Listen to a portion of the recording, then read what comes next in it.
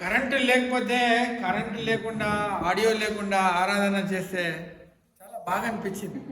విని మేబీ ప్రతి ఆదివారం ఒక పాట without with music and without speakers, probably keyboard unplug చేసేసి అవసరం కదా. మేము లండన్లో కాదు, లండన్ నుంచి అవతల స్కాట్లాండ్, గ్రేట్ బ్రిటన్, 3 దేశాలు జాగ్రఫీ మాట్లాడుతున్నాం. ఫస్ట్ గ్రేట్ బ్రిటన్, ఇంగ్లాండ్ దేశము 3 దేశాలుగా, యూకే యునైటెడ్ కింగ్డమ్ 3 దేశాలు. ఒకటి ఇంగ్లాండ్, అందరూ తెలుసు కదా ఇంగ్లాండ్, ఒకటి ఐర్లాండ్, ఒకటి స్కాట్లాండ్, ఒకటి ఈ 3 కలిపితే యూకే అవుతుంది. అవునా తమ్ముడు? అరవింద్ కరెక్టా? 3 కలిపితే స్కాట్లాండ్ అవుతుంది. పోయినసారి యూకే అవుతుంది. Sorry, correct. ఈ 3 దేశాలు కలిపితే యూకే అవుతుంది. పోయిన సంవత్సరం క్రిస్టి నేను వెళ్ళినప్పుడు మా తమ్ముడి దగ్గరికి వెళ్దాం అనుకున్నప్పుడు అమెరికా వెళ్తా మధ్యలో వారి దగ్గర, ఎందుకంటే వాళ్ళకు కూడా పాప పుడుతున్నది. పాప పుట్టకముందు ఒక వారం ఉంది, అమెరికా వెళ్ళి రిటర్న్లో వచ్చేటప్పుడు మళ్ళీ ఇంకొక వారం ఉంటే పాప పుట్టిన తర్వాత కూడా ఒక వారం ఉండొచ్చు అని అట్లా ప్లాన్ చేశాను. కొన్నిసార్లు మనం అనుకున్నట్టు జరగవు, అన్నీ మనం అనుకున్నట్టు జరగవు. సడన్గా చిన్న పెద్ద కొడుక్కి పొంగొచ్చింది. చికెన్ పాక్స్ వచ్చింది. దానంతా కింద మీద అయిపోయింది. బ్రదర్ ఏం చేద్దాం అన్నాడు. సరే ఏంటి ఆప్షన్స్ అని, అదే వాడికి 2 వారాలు ఉంటుంది. 2 వారాల తర్వాత మళ్ళీ చిన్నోడికి వస్తుందేమో. చిన్నోడికి వస్తే మీరు వచ్చే టైంకి వస్తుంది. మీరు వచ్చే టైంకి చిన్నోడికి వస్తే, మీరు ఇంటికి వస్తే మళ్ళీ కృషికి వచ్చిందంటే మీరు మళ్ళీ అమెరికాకి వెళ్ళాలి. ఇదంతా ఎట్లా జరుగుతుందో మరి చూద్దాం ఏం జరుగుతుందో. కాదంటే ఇది, ఎందుకంటే మా తమ్ముడు భార్య ఆమె టీచర్, లెక్కలు బాగా వేస్తారు కరెక్ట్గా.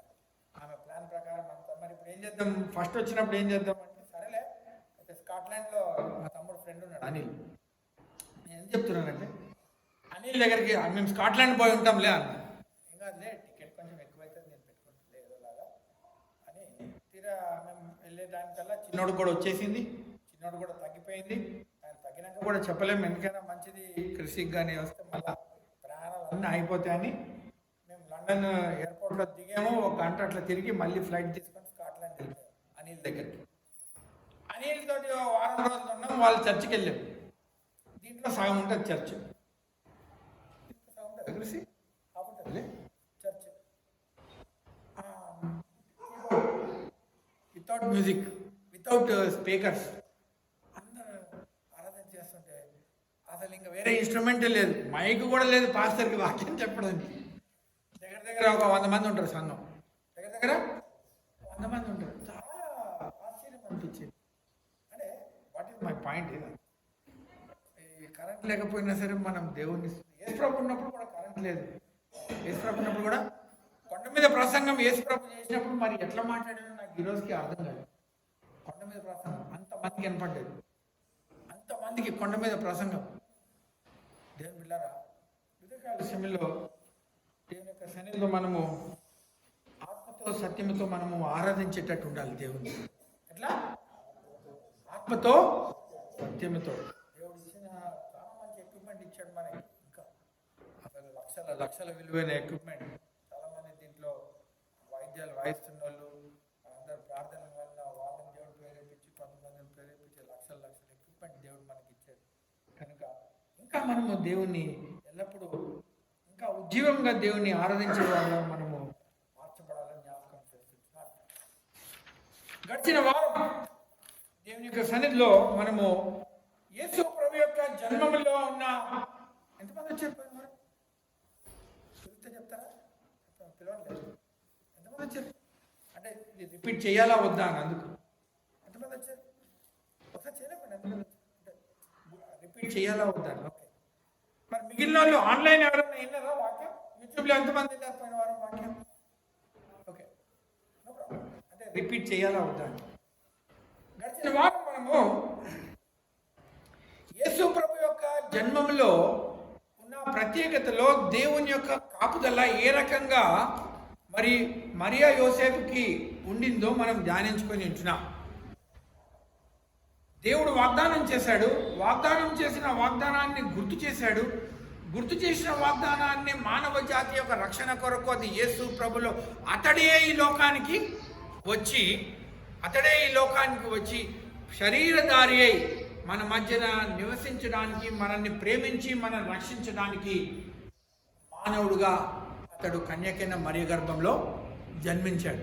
జన్మించిన ఆ యేసయ్య ఆ మానవ జాతి కోసం దేవుడు ఏర్పాటు చేసిన రక్షణని మరి సాతానుడు ఎట్లయితే ముందు నుంచి ప్లాన్ కలిగి ఉన్నాడో ఆ రక్షణను చెడగొట్టాలన్న ప్లాన్ సాతాను అప్పుడు కూడా కలిగి ఉన్నాడు. కనుక స్వప్నమందు మరి యోసేపునకు దేవుని యొక్క దూత కనపడి, నువ్వు శిశువుని తల్లిని తీసుకొని ఐగుప్తునకు వెళ్ళిపో అని యోసేపుకు డైరెక్షన్ ఇచ్చింది, నడిపింపించింది. దేవుని యొక్క నడిపింపు.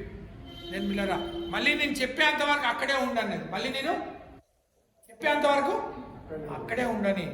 నేను పిల్లరా యోసేపు నాకు చెప్తే రాత్రి వెళ్ళిపోతాడు. మన జీవితంలో కూడా మనం ఈ యొక్క నూతన సంవత్సరంలో ఆ రకమైన దేవుని యొక్క నడిపింపును మనము పొందుకునే వారిలాగా ఉండాలని నేను జ్ఞాపకం చేశాను. ఎన్నో పరిస్థితులు మన జీవితంలో జరుగుతూ ఉంటాయి, ఎన్నో మన కంట్రోల్లో ఉండవని, అన్నీ మన కంట్రోల్లో ఉండవు, అవతల కంట్రోల్లో కూడా ఉండవు, మన కంట్రోల్లో ఉండవు. జరిగిన పరిస్థితిని బట్టి కొన్ని మనం ప్రవర్తిస్తాము, జరిగిన పరిస్థితిని బట్టి కొన్నిసార్లు అవతల వాళ్ళు ప్రవర్తిస్తారు, మన కంట్రోల్లో ఉండవు.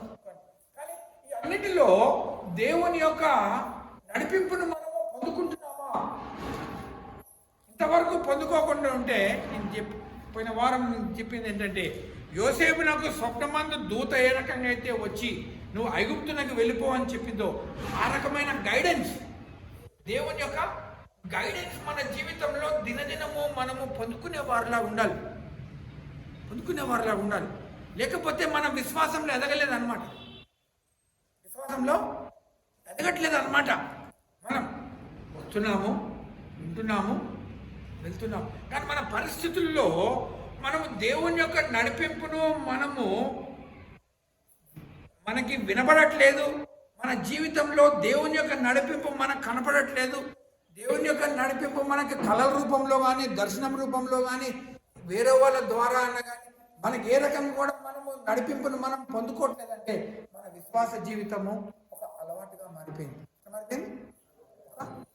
భక్తి ఒక అలవాటు అయిపోయింది. అంటే ఫోన్ చౌకట పెట్టుకున్నప్పుడు అవతల మంచి చెప్పేది వినపడకపోతే అట్లా అయిపోతుందా మన విశ్వాస జీవితం? పిల్లరా, మన జీవితంలో దేవుని యొక్క నడిపింపును మనం పొందుకుంటున్నామా? ప్రోత్సాహాన్ని మనం పొందుకుంటున్నామా? మరియ జీవితంలో ఆ ప్రోత్సాహాన్ని పొందుకున్నది, ఎలిజబెత్ ద్వారా ప్రోత్సాహాన్ని పొందుకున్నది, దేవుని యొక్క దూత ద్వారా ప్రోత్సాహాన్ని పొందుకున్నది. మన జీవితంలో జరుగుతున్న ప్రతి పరిస్థితుల్లో దేవుని పిల్లరా మరియ యోసేపు వంటి అనుభవంలో నుంచి మనం పెరగాలి. ఎప్పుడైతే మనము మన స్వబుద్ధిని ఆధారం చేసుకోనకుండా, దేన్ని మన సొంత బుద్ధిని ఆధారం చేసుకోనకుండా యెహోవా యందు మనం నమ్మిక ఉంచి ఆయన యందు మనం ఆధారపడినట్లయితే దేవుని బిడ్డలారా సామెతల్లో అంటాడు. అందుకే ఆ 3వ అధ్యాయంలో మనం పోయిన ఆదివారం ధ్యానించుకున్నాం. మనం ఎప్పుడైతే దేవుని మీద ఆధారపడతామో అప్పుడు దేవుని బిడ్డలారా దేవుని యొక్క నడిపింపును మనం పొందుకుంటాం. హల్లెలూయా. మన జీవితంలో దేవుని యొక్క నడిపింపు పొందుకోకుండా మనం ఉన్నన్ని రోజులు దేవుని బిడ్డలారా మనం దేవుని యొక్క ఉద్దేశాలను మన జీవితంలో మనం నెరవేర్చలేము. మనం ఎంత ప్రయత్నం చేసినా, ఎంత పరిగెత్తినా, ఎంత కష్టపడ్డా సరే ప్రతిఫలము ఉండదు. దేని పిల్లరా, అందుకే పోయిన ఆదివారం నేను కొన్ని మాటలు ఏం చెప్పానంటే, మనము మన జీవితంలో దేవుని యొక్క నడిపింపును పొందుకొని దేవుని యొక్క చిత్తమేంటో తెలుసుకొని దేవుని యొక్క ఉద్దేశంలో మనము ఉన్నట్లయితే దేవుని బిడ్డలారా అది మనకి నెమ్మదినిస్తుంది, సంతోషాన్ని ఇస్తుంది. ఎటువంటి పరిస్థితి అయినా సరే మనం ఎదుర్కోగలుగుతాం. కొంతమంది నా ఆరోగ్య విషయం మీద కొంచెం జాగ్రత్తగా వాళ్ళు ఉండి నాకు చాలా సలహాలు ఇస్తూ ఉంటారు. ఎందుకు అంత టెన్షన్ తీసుకుంటున్నావు, ఎందుకు అంత తిరుగుతున్నావు, నువ్వు బాగా చూసుకోలేకపోతే ఇక్కడ దగ్గర ఎందుకు అంత నువ్వు కష్టపడి నువ్వు అటు ఇటు వెళ్తున్నావు, ఎందుకు అంత హెల్త్ అంతా పాడైతే నాకేం టెన్షన్ లేదా, నేను సేవ చేయడం నాకు ఆనందం, సేవ చేయడం నాకు ఆనందం, నా ప్యాషన్ అది. That's my passion. నేను సేవ చేయడం వల్ల, సేవకి వెళ్ళడం వల్ల నాకు ఏ రోజు నా ఆరోగ్యం పాడవుతుందని నేను అనలేదు. సేవ చేయలేకపోతే నా హెల్త్ పాడవుతుంది, సేవ చేయలేకపోతే హెల్త్ పాడవుతుంది. ఎప్పుడైతే మనం దేవుని చిత్తంలో ఉంటామో, దేవుని చిత్తంలో మనకి కష్టం వచ్చినా సరే అది ఆనందంగా తీసుకుంటాం. అది ఎట్లా తీసుకుంటాం? ఆనందంగా తీసుకుంటాం. దేవుని నడిపింపులో మనం ఉన్నప్పుడు మనకు ఎంత కష్టం వచ్చినా, ఎవరైనా అన్నా, ఏ రకమైన పరిస్థితులు మనం ఎదుర్కొన్నా, ఏదైనా అది ఆనందం అనిపిస్తుంది. ఏమనిపిస్తుంది? అది ఆనందం అనిపిస్తుంది. మనకు బాధ, కష్టము, నష్టము, ఆలోచన లోకరీతిగా ఎప్పుడు ఉంటుందంటే, మనము దేవుని నడిపింపులో మనం అందరం ఉద్యోగాలు చేసుకుంటాం, మనకు నచ్చిన జాబ్ చేసుకుంటున్నప్పుడు వాళ్ళు ఒక మాట అన్నా, పరిస్థితి కష్టం ఉన్నా సరే మనం ఎంజాయ్ చేస్తామా? పొద్దున్నే లేసి వెళ్తాం కదండి డ్యూటీకి, వెళ్తామా? మల్లెపూలు వేసాం పర్వారు కదా మనకు కళ్ళు వాళ్ళు. ఏమమ్మా డ్యూటీలో మనకి మల్లెపూలు వేసి పర్వారు, టైంకి రాకపోతే అంటారు. అయినా సరే మనం నెక్స్ట్ డే మార్నింగ్ వెళ్తాం. ఎందుకు? మనకి ఇష్టం, అది మనకు అవసరం. అది ఎప్పుడైతే మనం దేవుని చిత్తం నుంచి దూరం అయిపోతామో, we take lot of stress, we get hurt, మనకి బాధ అనిపిస్తుంది, మనకు కోపం వస్తుంది. మనకి దేవుని చిత్తం నేను దూరం అయిపోయినప్పుడు మనం దేవుని బిడ్డారా, మనకు జరిగిన పరిస్థితుల్లో మన సంబంధాలు తెంపుకునే పరిస్థితి వస్తుందని చెప్పాను. మనము సంబంధాలు తెంపుకునే పరిస్థితి వస్తుంది. ఏదో చేయకూడనే చేయాల్సి వస్తుంది, చేసిన దానికి మళ్ళీ ఇంకొకటి చేయాల్సి వస్తుంది, చేసిన దానికి మళ్ళీ ఇంకొకటి చేయాల్సి వస్తుంది, అన్నదానికి ఇంకొకటి అనాల్సి వస్తుంది, దానికి ఇంకో రెండు కలిపి చెప్పాలి, మళ్ళీ దాన్ని కప్పుకోవడానికి చెప్పాలి, మనం చేసిన తప్పులు కప్పుకోవాలి. అబద్ధపు జీవితంలో మనం fake life, what is this called? Fake life, fake false prestige. ఈ ఫాల్స్ ప్రెస్టేజ్లో మనం బతకాల్సి వస్తుంది. దేని బిడ్డారు, ఎప్పుడైతే మనం దేవుని చిత్తంలో ఉంటామో, అర్ధరాత్రి పూట దూత కనపడి యోసేపుకి బయలుదేరి వెళ్ళన్నా సరే, గాడిదెక్కాడో ఏమెక్కాడో మనకు తెలియదు, కానీ సంతోషంగా ఐగుప్తుకు వెళ్ళాడు. హల్లెలూయా, హల్లెలూయా. ఐగుప్తులో ఇల్లు లేదు, వాకిల్ లేదు, తెలిసిన చుట్టం లేడు, బంధువు లేడు, మంచినీళ్ళు ఇచ్చేటోడు లేడు, ఉద్యోగం లేదు, ఏం లేకపోయినా సరే నువ్వు ఐగుప్తుకు వెళ్ళు అంటే సంతోషంగా వెళ్ళి. మన విశ్వాస జీవితము ఆ స్థాయికి ఎదగాలి. We need to learn to be happy and content in what God is giving us. అందుకే క్రైస్తవ జీవితంలో తృప్తి కలిగి ఉండడం మనం నేర్చుకోవాలి. మన విశ్వాసంలో contentment in Christian life is better than gain. Some of you can catch it up, that will be good, or you will catch it up at lunch today. అర్థమైతే కొంతమందికి లేదు, మధ్యాహ్నం భోజనం తినేటప్పుడు అన్న నేను చెప్పింది అర్థమైతే. తృప్తి కలిగి ఉండే విశ్వాస జీవితము సంపాదన కంటే, లాభం కంటే మంచిది.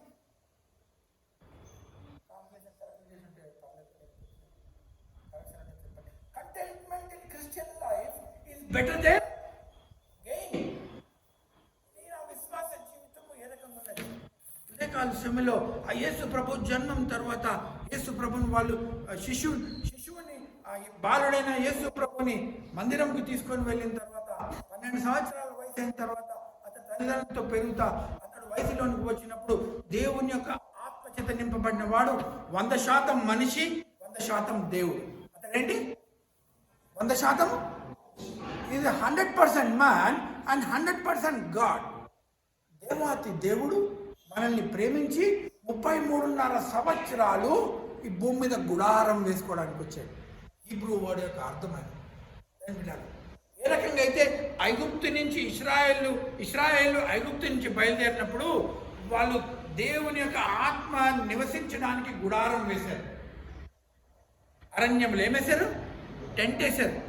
దేవుని యొక్క ఆత్మతో అక్కడ నింపబడి మోషే అక్కడికి వెళ్ళి ప్రార్థన చేశారు. అదే రకంగా 2000 సంవత్సరాల ముందు దేవాది దేవుడు నిన్ను నన్ను రక్షించడానికి 33.5 సంవత్సరాలు ఏం చేశాడు? భూమి మీద గుడారం వేసుకున్నాడు. శరీరధారి మన మధ్యన నివసించుచున్నాడు. అందుకే యోహాను సువార్త 1వ అధ్యాయంలో ఆ యేసు ప్రభు గురించి యోహాను ఇచ్చిన పరిచయం ఏంటో తెలుసా? ఏమంటున్నాడు తెలుసా?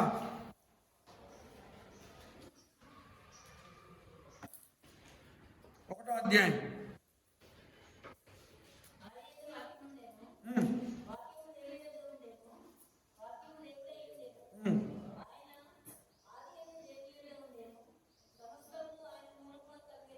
14వ వచనం. ఆ వాక్యము, ఏ వాక్యము? ఆది యందు ఉన్న వాక్యము. ఏ వాక్యం అమ్మా? అయ్యా, ఏ వాక్యము? ఆది యందు ఉన్న వాక్యము. వాక్యమే దేవుడే ఉండేది. ఏమై ఉండేను? వాక్యము దేవుడే ఉండేను. ఆ వాక్యము 14వ వచనం అన్నాడు. ఏమంటున్నాడు? అమ్మ చదవండి రేపు. ఏమంటున్నాడు? ఆ వాక్యము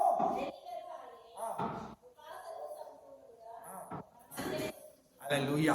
ఆ వాక్యము శరీరధారి అయి, శరీరం ధరించి కృప సత్యము సంపూర్ణతతో మన మధ్యన నివసించాడు. కృపతో సత్యముతో, కృపా సత్య సంపూర్ణ దేవాతి దేవుడు నిన్ను నన్ను ప్రేమించి, ఆ వాక్యమైన దేవుడు, ఆది నుంచున్న దేవుడు, ఆది యందు వాక్యం ఉండెను, వాక్యము దేవుడితో ఉండెను, ఆ వాక్యమే దేవుడే ఉండెను. ఆ దేవుడైన ఆ వాక్కు, ఆ వాక్యము కృపా సత్య సంపూర్ణ శరీరధారి మన మధ్యన నివసించడానికి వచ్చాడు 33.5 సంవత్సరాలు. నిన్ను నన్ను రక్షించడానికి. అందుకే యోహాను సువార్త 1వ అధ్యాయం 19వ వచనం నుంచి 34వ వచనం వరకు ఇంటికి వెళ్ళాక చదువుకోండి. దాంట్లో ఎప్పుడైతే యేసు ప్రభు ఈ శరీరధారి అయిన ఈ యొక్క దేవాతి దేవుడు నిన్ను నన్ను రక్షించడానికి ఆయన పని ప్రారంభిస్తాడో, అప్పుడు బాప్టిజం ఇచ్చి యోహాను యేసు ప్రభు కంటే ముందు పుట్టినవాడు. యేసు ప్రభు కంటే ముందు పుట్టినవాడు. బాప్టిజం ఇచ్చి యోహాను యేసు ప్రభు గురించి ఇచ్చిన పరిచయం ఏంటో తెలుసా? యోహాను సువార్త 1వ అధ్యాయం 29వ వచనం.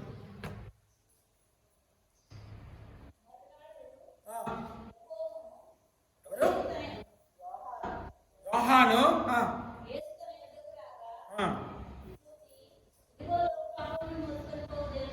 దేని బిళ్ళరా 29వ వచనంలో బాప్టిజం ఇచ్చి యోహాను యేసు ప్రభు గురించి పరిచయం ఇస్తున్నాడు. ఏమని?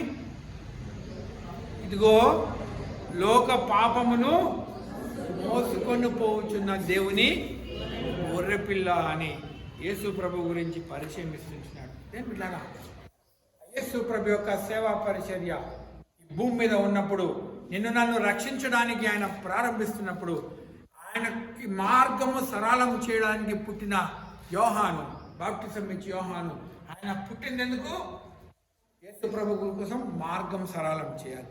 ఆయన చేసే పని ఏంటి? ఇప్పుడు ఆయన కోసం మార్గం సరళం చేశారు. ఎన్నిసార్లు మన జీవితంలో మనం చూస్తాం, చాలా మంది చెప్పేది ఒకటి, చేసేది వాళ్ళ ఇష్టం వస్తుంది. చేసేది నేను ఉన్నా కదా, నేను వదిలేసి నేనున్నా, టెన్షన్ తీసుకోకండి, నేనున్నా అన్న మనుషులను ఎంతమందిని మనం చూస్తాం. వాళ్ళు అనేది ఒకటి, వాళ్ళు చేసే పరిస్థితి చూస్తే మన చుట్టూ మనం పీక్కోవాలనిపిస్తుంది. కానీ బాప్టిజం ఇచ్చి యోహాను యేసు ప్రభు గురించి ఏమంటున్నాడు? ఇదిగో లోక పాపమును మోసుకొని పోయే దేవుని గొర్రెపిల్ల అని పరిచయం చేస్తున్నాడు. ఏమంటారు? బాప్టిజం ఇచ్చి యోహాను మానవ జాతికి దేవుడు ఏర్పాటు చేసిన రక్షణని ప్రకటిస్తుంటున్నాడు. ఏం చేస్తున్నాడు? ప్రకటిస్తుంటున్నాడు. దేని బిళ్ళారా, హి వాజ్ ఇంట్రడ్యూసింగ్ జీసస్. యేసు ప్రభుని పరిచయం చేస్తున్నాడు. యేసు ప్రభు ద్వారా మనకు అనుగ్రహింపబడే ఆ యొక్క పాప క్షమాపణ, ఆ రక్షణ కోసము దేవుడు ఏర్పాటు చేసిన మార్గమును మనకు పరిచయం చేస్తూ అంటున్నాడు. ఇదిగో ఈయన యేసు ప్రభు అని చెప్తలేడు. ఏమంటున్నాడు? లోక పాపమును మోసుకొని పోయే దేవుని గొర్రెపిల్ల అని. గొర్రెపిల్ల చాలా ప్రాముఖ్యమైనది. గొర్రెపిల్ల దేవుని యొక్క వాక్యంలో గొర్రెపిల్ల చాలా ప్రాముఖ్యమైనది. పాప క్షమాపణ కోసం గొర్రెపిల్లను వాడుకున్నాడు. గొర్రెపిల్ల యొక్క రక్తం చెందించాలి. అబ్రహాము ఇస్సాకుని బలర్పియమని దేవుడు అడిగితే, ఇస్సాకుని తీసుకెళ్ళినప్పుడు నేనే ఆ బలి అర్పణ నేనే నీకు దయచేస్తాను అన్నప్పుడు, దేవుని బిడ్డలారా, దేవుడు అబ్రహాంతో మాట్లాడి అక్కడ బలర్పణ ఒక గొర్రెను అక్కడ సిద్ధపరచని మనం చూస్తున్నాం. ఐగుప్తు నుంచి ఇశ్రాయేలు బయలుదేరేటప్పుడు గొర్రె యొక్క రక్తాన్ని వాళ్ళు చిందించి వాళ్ళు గుమ్మాలకి తీసుకున్నప్పుడు మరణదూత ఏమైంది? మరణదూత దాటిపోయింది. ఏ గుమ్మాలకైతే ఆ యొక్క గొర్రెపిల్ల రక్తం లేదో, ఏ గుమ్మాలకైతే ఐగుప్తులో ఆ రోజు గొర్రెపిల్ల రక్తం లేదో ఏమైంది? ఏమైంది?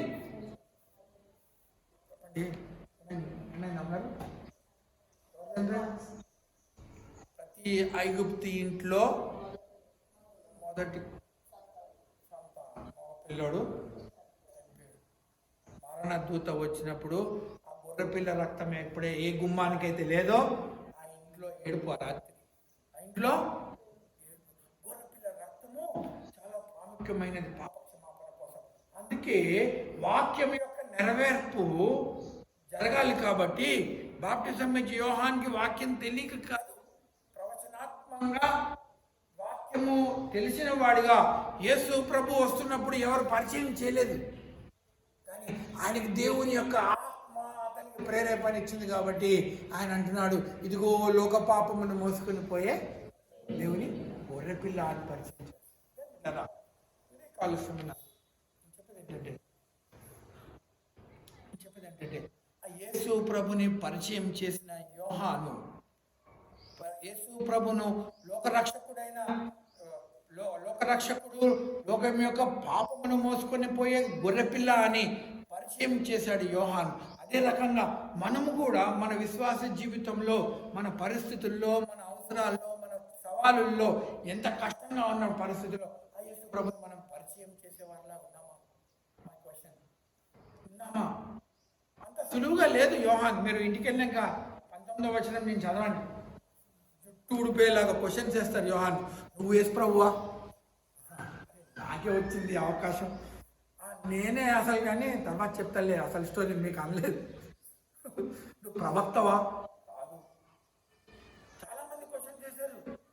యాజకులు పంపించారు, యెరూషలేము నుంచి మనుషులను పంపించారు, రిపోర్ట్ తీసుకురమ్మని పంపించారు. అయ్యా బాబు, మమ్మల్ని పంపిన వాళ్ళకి మేము జవాబు చెప్పాలయ్యా, నువ్వు ఎవరో చెప్పయ్యా బాబు అంటే, నేను అరణ్యంలో కేకబోయే ఒక శబ్దాన్ని అంతే. ప్రభు మార్గము సరళం. ఆయన ఉద్దేశం ఏంటో తెలుసు. He knew the purpose of his living. ఆయన బ్రతుకుతున్న ఉద్దేశం తెలుసు. ఆయన బాప్టిజం ఇచ్చే యోహాను ఎందుకు బ్రతుకుతున్నాడో ఆయన యొక్క ఉద్దేశం తెలుసు ఆయనకి. దేని బిడ్డారా? ఆయన పర్పస్ ఏంటో తెలుసు, ఆయన పని ఏంటో తెలుసు, ఆయన పనిలో ఆయన క్లారిటీ ఉంది. అందుకు మనుషులు ఏం అడిగినా సరే, ఏ రకంగా ఆయనని డిస్టర్బ్ చేసినా సరే, నో టెన్షన్. కాదు, నేను క్రీస్తుని కాదు, నేను ప్రవక్తను కాదు, మీరు అనుకున్నది ఏది కాదు, నేను అరణ్యంలో కేకవేయ ఒక శబ్దాన్ని ఆయన మార్గం సరళం చేయడం చెప్పాడు. ఎప్పుడైతే యేసు ప్రభు కనపడ్డాడో అంటాడు, లోక పాపమును మోసుకొని పోయే బహిరంగంగా సాక్షించాడు. హల్లెలూయా. నేను ఆ విశ్వాస జీవితం ఏ రకంగా ఉంది? కొంతమంది చాలా డేరింగ్గా మాట్లాడతారు తెలుసా. కొంతమంది వాళ్ళ రక్షణ గురించి ఎక్కడైనా మాట్లాడతారు. మనము ఏ రకంగా యేసు ప్రభు గురించి మనము సాక్షిగా ఈ సంవత్సరం ఉందాం అనుకుంటున్నాం. యోహాను సువార్త రాసిన యోహాను సువార్తికుడు ఏమంటాడో తెలుసా? యోహాను సువార్త 1వ అధ్యాయం 15వ వచనంలో అంటాడు. ఏమంటాడు? యోహాను సువార్త ఆ యేసు ప్రభులో ఉన్న ఆ యొక్క రక్షణ యొక్క విలువను తెలుసుకున్నవాడు యోహాను సువార్త 1:15లో అంటాడు. ఏమంటాడు?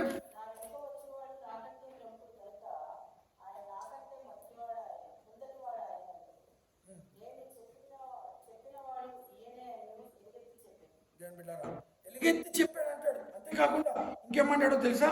మన యోహాను సువార్త 1వ అధ్యాయంలో 12వ వచనం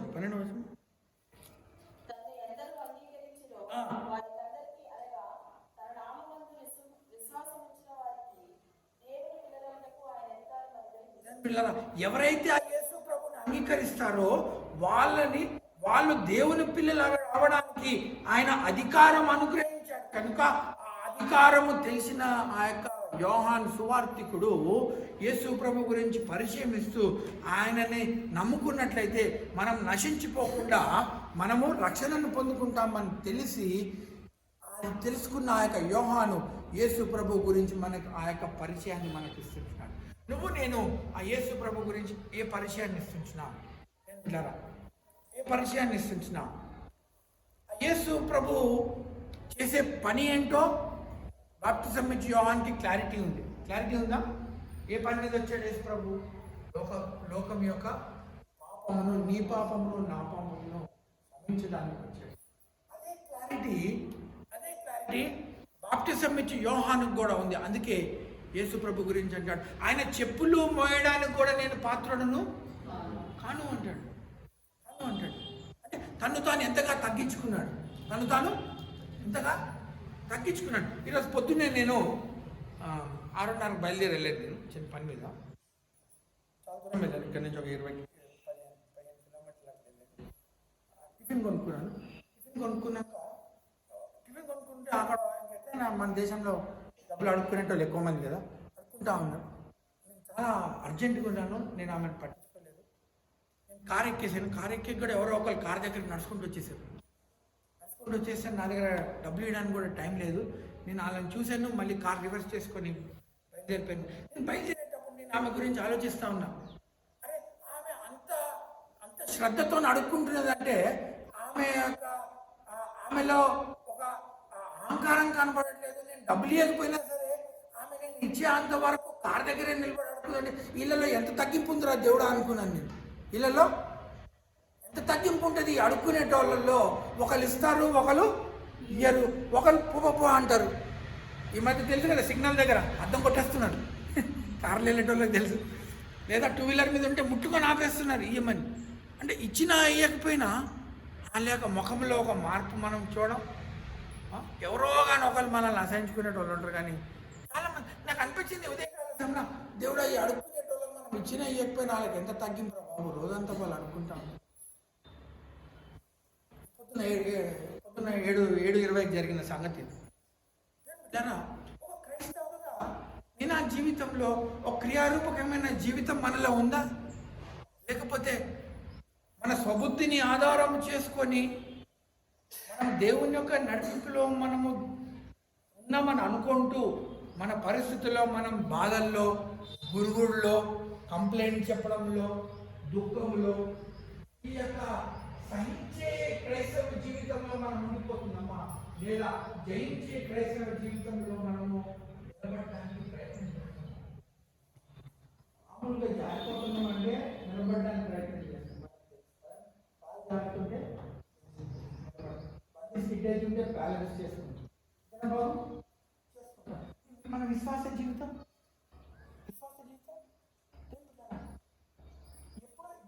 ఏ రోజైతే మన విశ్వాస జీవితంలో మనము దేవుని యొక్క నడిపింపులో మనము ఉందామన్న ఆలోచనతో మనము ప్రయత్నం చేస్తామో మన జీవితంలో మనం అభివృద్ధిని చూస్తాం. హల్లెలూయా.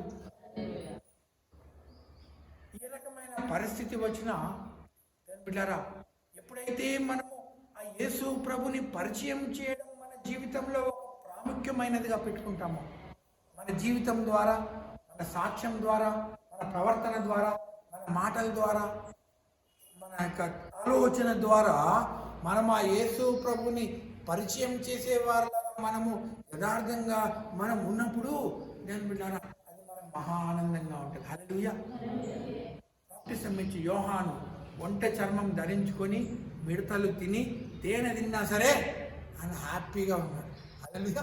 ఎందుకంటే ఆయన ఏ ఉద్దేశం చేత వచ్చాడో తెలుసు ఆయనకి. ఎన్నో రకమైన మనకిచ్చిన తలాంతుల్లో మనం పనిచేస్తూ ఉంటాం. నాకు ఇచ్చిన తలాంతుల్లో నేను పనిచేస్తున్నాను, నీకు ఇచ్చిన తలాంతుల్లో మీరు ఉద్యోగాలు చేసుకుంటున్నారు. కానీ మనం చేస్తున్న దాంట్లో అన్నిటికంటే ప్రాముఖ్యమైన దాంట్లో దేవుని యొక్క ఉద్దేశంలో నెరవేరుస్తూ ఆయనను పరిచయం చేసే వారిలా ఉండాలని. ఏ రోజైతే మనం దేవుని సాక్షిగా ఉండడానికి మనం సిగ్గుపడతామో ఆ రోజు మనం కూడా సిగ్గుపడే పరిస్థితి మన జీవితంలో ఎదుర్కొంటాం. ఆ రోజు మనము తల ఉంచుకొని బతికే ఆ పరిస్థితులు మనం తెచ్చుకో. అందుకే మనం సైలెంట్ అయిపోవాలి.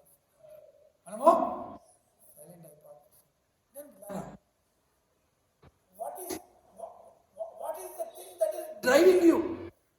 ఉదయకాల సమయాన్ని అడిగేది నీ జీవితంలో నేను నడిపించేది నీ జీవితంలో నీ మోటివేషన్ ఏంటి? నీ ప్రోత్సాహం ఏది?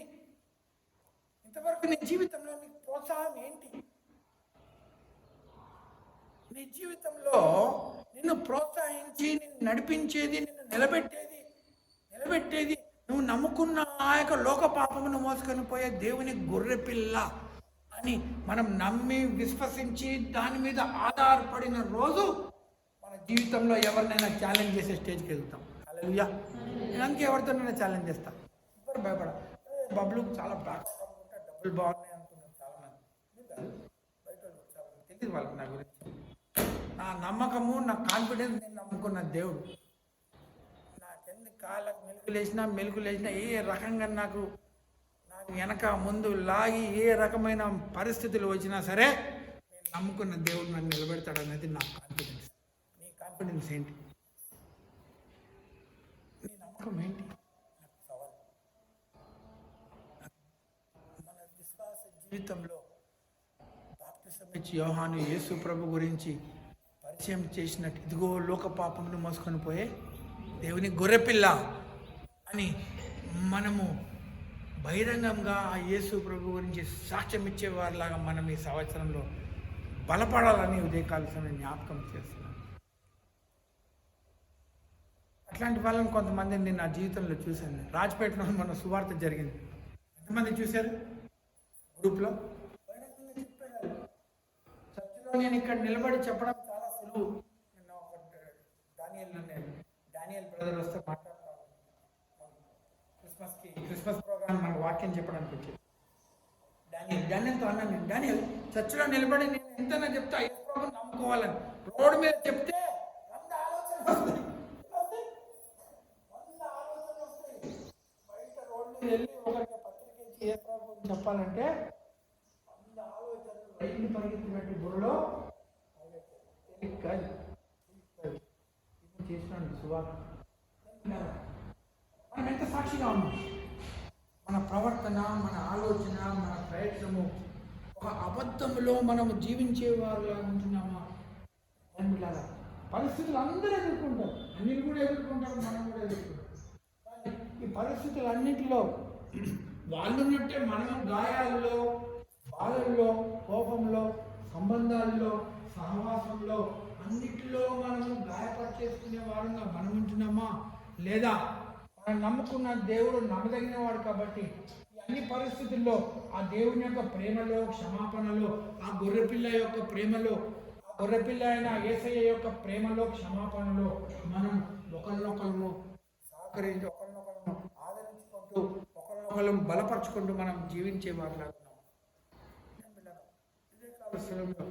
ఆలోచనలను, మన యొక్క విశ్వాసమును కలుపుకొని ఇదే కాల సమయంలో నూతన సంవత్సరంలో ఆ యేసు ప్రభుకి మన ప్రతి పరిస్థితిలో మనం సాక్షిగా ఉండినట్లు మన విశ్వాసాన్ని బలపరుచుకుంటాం. హల్లెలూయా. మన యొక్క దేశంలో చాలా సాంప్రదాయాలు ఉన్నాయి. మతాలకు జన్మమిచ్చిన దేశం మన దేశం. మతాలకు జన్మమిచ్చిన దేశం మన దేశం. దీంట్లో చాలా రకమైన ఆచారాలు, పద్ధతులు ఇంకా ఇన్ని ఉన్నాయి. అన్నిటిలో ఆ యేసు ప్రభు యొక్క వెలుగును మనము చూపించే వారిలాగా, ఒక దీపంలాగా మన యొక్క జీవితం ఉండాలంటే మన యొక్క ప్రవర్తన, మన యొక్క మాటలు అన్నీ కూడా ఒకటే ఉంటేనే మనం ఒక వెలుగుగా, ఒక దీపంలాగా, ఒక కొవ్వొత్తిలాగా మనం ఉంటాం. చాలా రోజులైంది వేరే వాళ్ళతో వాదించి. దేవుని చిత్తమైతే నేను రేపు బెంగళూరు వెళ్ళాలి. అన్ని మతాల సెమినార్ ఉంది. ఇన్ఫోసిస్ అనే కంపెనీ, మా పెరిబాబుకి ఇంటర్న్షిప్ వచ్చిన కంపెనీ. రేపు సాయంత్రం వాదన ఉన్నది, డిబేట్ ఉన్నది. 400-500 మందితో, 3-4 కూర్చొని రేపు సాయంత్రం వాదన ఉన్నది. రేపు నాకు ప్రకటించడానికి, యేసు ప్రభు దేవుడని ప్రకటించడానికి ఒక అవకాశం వస్తుంది. మన జీవితంలో కూడా మనం అట్లాంటి అవకాశాలను వెతుక్కోవాలి. అట్లాంటి మనకున్న టైంలో, మనకున్న పరిస్థితిలో మనము యేసు ప్రభు గురించి సాక్షిగా ఉండే అవకాశాలను మనం వెతుక్కోవాలి. పిల్లరా, మనం పనిచేసే పనిలో, మనం సహవాసం చేస్తున్న మనుషులతో, మన జీవితం తెలిసిన మనుషులతో, మనల్ని గమనిస్తున్న మనుషులు మనల్ని చూసినప్పుడు మనలో ఉన్న గొర్రెపిల్లని చూడగలుగుతున్నారు. గొర్రెపిల్ల అయిన యేసుని చూడగలుగుతారు. వాళ్ళ చేయమని నేను చెప్పట్లేదు. అంకుల్ అయితే ఒక మనిషితో మాట్లాడంటే ఆ ఇనుప సామాన్లు అంటే మా నాన్నగారు వాడితో కూర్చోబెట్టి వాడు అమ్మేది, వాడు ఇచ్చేది 20 రూపాయలు అయితే వాడికి అమ్మేది ఆ 20 రూపాయల సామాన్లు వాడికి 15 నిమిషాలు కూర్చోబెట్టి వాడితో మాట్లాడి వాడికి సామాన్లు ఇచ్చే ముందు పోసిన లాస్ట్ క్వశ్చన్ వాడు